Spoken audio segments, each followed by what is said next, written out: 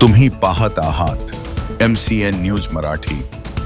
बुलढाणा जिल्ह्याच्या चिखली तालुक्यातील शेलगाव जहागीर शिवारात शेतीच्या वादातून मायलेकीवर लोखंडी रॉड व काठ्यांनी बेदम मारहाण करण्यात आल्याची धक्कादायक घटना घडली आहे।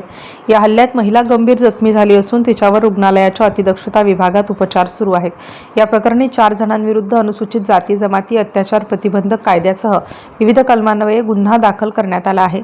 शेतात काम करत असताना 4 ते 5 जणांनी मायलेकींवर अचानक हल्ला चढवला। आरोपींनी लोखंडी रॉड आणि काठ्यांनी बेदम मारहाण केल्याने महिला गंभीर जखमी झाली तर तिच्या मुलीलाही मारहाण करण्यात आली। या प्रकरणी 23 वर्षीय प्रतीक्षा रमेश साडवे हिने दिलेल्या तक्रारीवरून शेलूद येथील शिवाजी शिराळे, किसन शिराळे, जिजाबाई शिराळे आणि सुनील शिराळे यांच्या विरुद्ध अनुसूचित जाती जमाती अत्याचार प्रतिबंधक कायद्यासह विविध कलमान्वये गुन्हा दाखल करण्यात आला आहे। दरम्यान संबंधित आरोपींना तात्काळ अटक करून कठोर कारवाई करावी अशी मागणी फिर्यादी प्रतीक्षा साडवे तसेच जखमी महिलेने केली आहे। या घटनेमुळे परिसरात एकच खळबळ उडाली असून पुढील तपास पोलिसांकडून सुरू आहे।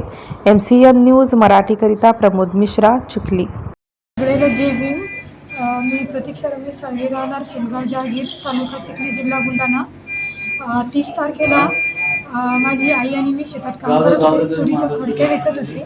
तेव्हा शिवसेनेचा तालुका अध्यक्ष शिवाजी किसन शिराळे, किसन सुखदेव शिराळे, जिजाबाई किसन शिराळे आणि त्यांच्या संग अजून एक मुलगा होता।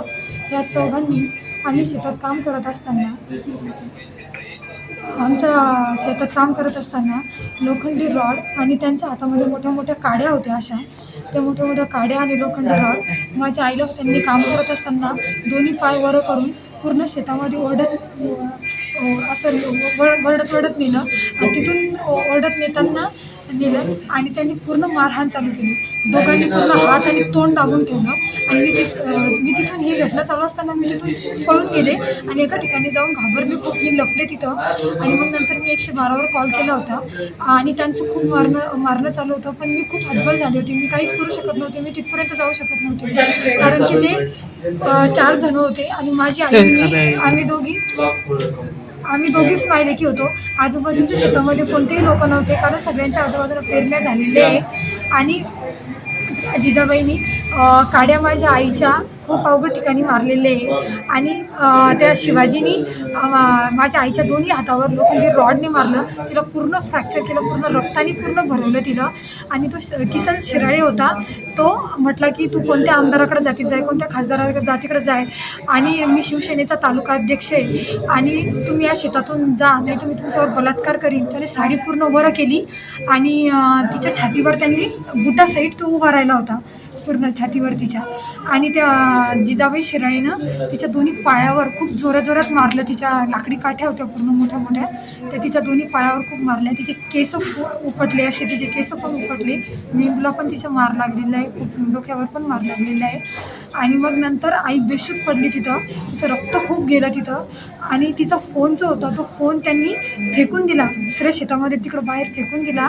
तिच्या पूर्ण बांगड्या वगैरे, तिचे जोडवे होते पायामध्ये, तिची पोत होती, मोरणी होती, ती सगळं त्यांनी नेलं, तिथं काहीच ठेवलं नाही, पुरावा काहीच ठेवला नाही। आणि मग ती बेशुद्ध होऊन पडली तेव्हा त्यांना वाटलं की ही मेली।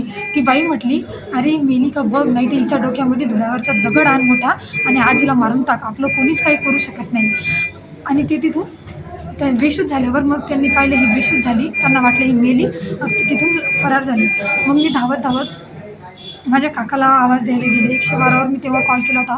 माझ्या काकाला, माझ्या वडिलाला कॉल केला आणि ते सगळे माझे बाजूच्या शेतामध्ये ट्रॅक्टरवर जे काम करत होते मुलं ते आले, माझे काका आले, माझ्या आईने आम्ही तिला धरलं आणि ॲटक टाकून आम्ही सरकारी दवाखान्यामध्ये आणलं। माझी समाजाला, आपल्या बौद्ध समाजाला आणि मराठा समाजाला, सगळ्या समाजाला, सगळ्या लोकांना हात जोडून एक कळकळीची विनंती आहे, माझ्या आईवर जो अत्याचार झाला हा कोणत्याही महिलावर अत्याचार झाला नाही पाहिजे। आणि आपल्या चिखलीचे जे आमदार आहे माननीय श्री महाले पाटील, त्यांनी मला खूप मदत केलेली आहे या केसमध्ये, कोर्टाच्या केसमध्ये, शेतीच्या केसमध्ये। त्यांच्याकडून मला अपेक्षा आहे, ताई तुम्ही लवकरात लवकर या आरोपीला अटक करा आणि त्याच्यावर खूप मोठा गुन्हा दाखल करा आणि आम्हाला न्याय मिळवून द्या। आणि समाजाला पण माझी एवढीच विनंती आहे, तुम्ही संघटित व्हा आणि आमच्या सोबत राहा, आमच्या पाठीशी उभे राहा आणि आपल्या समाजाला एकत्र येऊन या आरोपीला अटक करायचे आणि असा कोणताही अन्याय कोणत्याही समाजावर, कोणत्याही महिलावर झाला नाही पाहिजे, एवढीच माझी कळकळीची विनंती आहे।